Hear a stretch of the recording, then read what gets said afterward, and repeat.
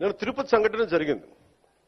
అక్కడున్న పోలీస్ శాఖ గనక నిజంగా అక్కడున్న డిఎస్పీ గారు గనక సవ్యంగా బాధ్యత నిర్వర్తించుంటే బాధ్యత అప్పచెప్పిన ఎస్పీగా ట్రాన్స్ఫర్ అయ్యేవాళ్ళు కాదు.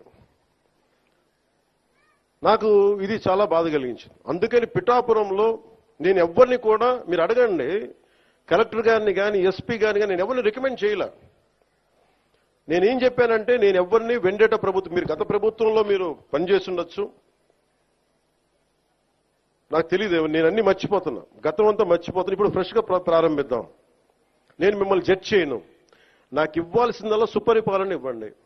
తన్నా మనా అని భేదం లేకుండా అందరికీ సమాన న్యాయం చేయమని అంటే అది జరగకపోతే మటుకు మళ్ళీ నాలాంటి వాడు వచ్చి రోడ్ల మీద తిరిగితే ఎవరికి నిద్రాహారాలు ఉండవు.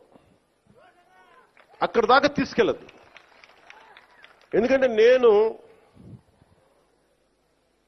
ఒక రౌడీ మూకను ఎదుర్కోవడానికి, గుండాల మూకను ఎదుర్కోవడానికి నేను మొదటి తరం రాజకీయ నాయకుడిని. నేను మొదటి తరం రాజకీయ నాయకుడిని. మా నాన్న ముఖ్యమంత్రి కాదు, మా నాన్న కానిస్టేబులే.